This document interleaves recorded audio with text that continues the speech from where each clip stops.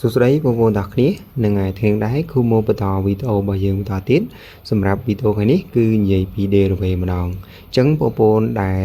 បាន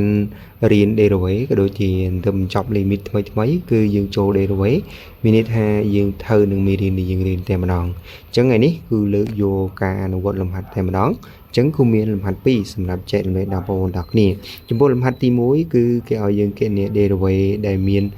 y ហ្នឹងគឺស្មើទៅនឹង x គីបដល់ឲ្យ x បូកឲ្យ2ស្វ័យគុណ2025អញ្ចឹងនៅពេលដែលយើងចាប់ផ្ដើមនៃការរៀនគឺយើងនឹងឃើញ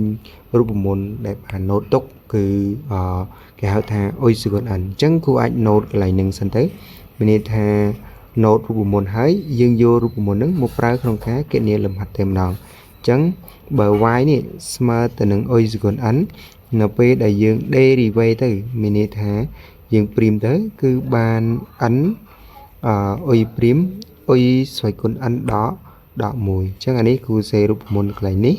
ហើយយើងចាប់ដើមអនុវត្តលំហាត់អញ្ចឹងចំពោះកន្លែងនេះដែរអូខេនៅពេលដែលយើងគណនា derivative មានន័យថាគូទាញយកកន្លែងនឹងតែម្ដងទៅឥ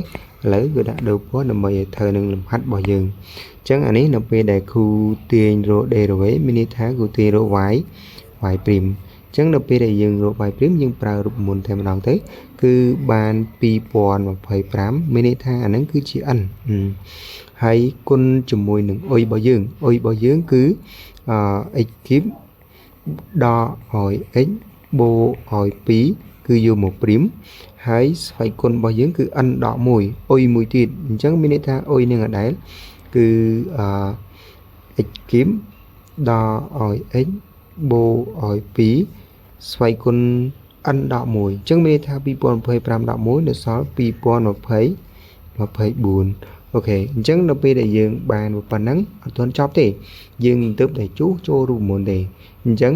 យើងធ្វើព្រីមប្រអស់នៅកន្លែងដែលកន្លែងអ៊ុយព្រីមរបស់យើងអញ្ចឹងមានថាយើងអាចស្មើទៅនឹងកន្លែងនេះទៅ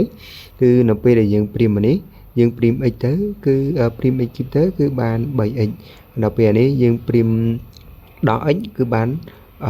ដល់1អញ្ចឹងមានន័យថាកន្លែងនេះគឺអាចទៅសេបានថា2025កតាឲ្យ 3x ការ៉េដល់ឲ្យ1ដល់ពេលយើងព្រីមលេខ2គឺបាន0ហើយអញ្ចឹងនៅពេលដែលយើងបាត់ព្រីមប៉ុណ្ណឹងយើងទៅសេអាអ៊ុយសគុណ2024យើងឡើងមកវិញអញ្ចឹងកន្លែងគណនា derivative គឺធ្វើម៉េចឲ្យតែអស់ព្រីមទៅគឺចប់នៃចម្លើយរបស់យើងហើយអញ្ចឹងអានេះសល់ប្រហែល2024អញ្ចឹងកន្លែងនេះបើសិនតែយើងចង់គុណពលិទៀតក៏បានតែបើសិនតែសំណួរវាធម្មតាគណនា derivative ធម្មតាអញ្ចឹងយើងធ្វើតែប៉ុណ្្នឹងទៅបានហើយអូខេអញ្ចឹងកន្លែងនេះមានន័យថាគូអាចទៅសេថា y របស់យើងគឺស្មើនឹងប៉ុណ្្នឹងតែម្ដងហើយនៅពេលដែលយើងឃើញលំហាត់ដូចជារបៀបនៃការគណនានេះយើងអាចយកទៅអនុវត្តលំហាត់យើងផ្សេងទៀតបានឲ្យតែមានអីគេតម្រង់បែបនឹងដូចគ្នាអញ្ចឹងអានេះគឺបាន 3x ការ៉េដល់ឲ្យ1កតាឲ្យ x គីបដល់ឲ្យ x បូកឲ្យ2ស្វ័យគុណ2024នឹងអញ្ចឹងអានេះហើយបើមានតទៀតគូនឹងយកឧទាហរណ៍យើងមួយជាកិច្ចការផ្ទះមានន័យថាគូដាក់ថាកិច្ចការរបស់យើងគឺមានតម្រង់ដូចគ្នាអញ្ចឹងមានតម្រង់ដូចគ្នាមានន័យថាគូយក y ស្មើទៅនឹង11គូដាក់11ទៅ11 x ស្វ័យគុណ4បូកឲ្យx ដល់ឲ្យ1ចុះស្វ័យគុណ2024អញ្ចឹងនៅពេលដែលយើងមើលអានឹងហើយយើងអាចធ្វើអានេះជាគំរូតែមួយដោះស្រាយកិច្ចការនឹងតែម្ដងតាឥឡូវគឺចូលមួយទៀតគឺ derivative ដូចគ្នាតែអានេះគឺ derivative លក្ខណៈជារឿងម្ដងអញ្ចឹងចំពោះលក្ខណៈនេះគឺត្រូវឲ្យបងប្អូនចាំរូបមន្តនឹងដូចគ្នារូបមន្តរឹសអុយអញ្ចឹងគូអាចទៅសេថា note អញ្ចឹងយើងមើលរូបមន្តនឹងហើយយើងអាចធ្វើបានហើយអញ្ចឹងមានថា y ស្មើទៅនឹងរឹសអុយគូដាក់ថារឹសអុយ នៅពេលដែលយើងទៅដេរវិញមានន័យថា y ព្រីមគឺស្មើទៅនឹងអុយព្រីមនៅលើអូខេ2ឬអុយអូខេនៅពេលដែលយើងបានដឹងរូបមន្តហើយយើងចាប់ផ្ដើមមកអនុវត្តលំហាត់អញ្ចឹងនៅពេលដែលយើងអនុវត្តលំហាត់យើងយករូបមន្តនឹងមកប្រើតែម្ដងអញ្ចឹងនៅពេលដែលយើងទាញបានរូបមន្តហើយយើងយក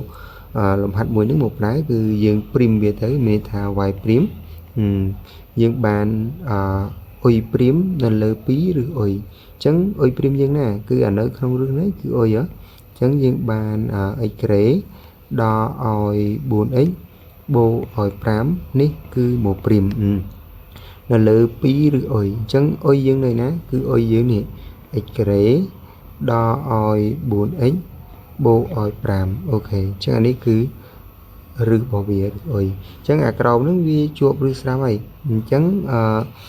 យើងព្រីមតែអាខាងលើទៅគឺចេញចម្លើយតែម្ដងអញ្ចឹងគូដាក់សុំដាក់បន្តទៅអូខេអញ្ចឹងអានេះគូដាក់បន្តទៅដល់ពេលដែលគ្រូព្រីមខាងលើ x ក្រេគឺព្រីមទៅគឺបាន 2x ដល់ 4x គូព្រីមទៅគឺសល់តែដល់ 4k ហើយ5ព្រីមទៅគឺបាន0ដោយសារវាជាចំនួនថេអញ្ចឹងនៅសល់អាក្រោមគឺរឹសស្រាប់អញ្ចឹងយើងមិននិយាយទេដោយសារតែវាអស់ព្រីមហើយអញ្ចឹងគឺកន្លែងហ្នឹងបាន x ក្រេដល់ឲ្យ 4x បូកឲ្យ5អូខេអញ្ចឹងចំពោះលំហាត់ហ្នឹងគឺមានតែប៉ុណ្្នឹងទេដល់ពេលដែលយើងគណនាប៉ុណ្ណឹងយើងចង់ដាក់ប៉ុណ្ណឹងក៏បានឬក៏ចង់សម្រួលមកបន្តទៀតក៏បានដែរអញ្ចឹងមានថាគូបាន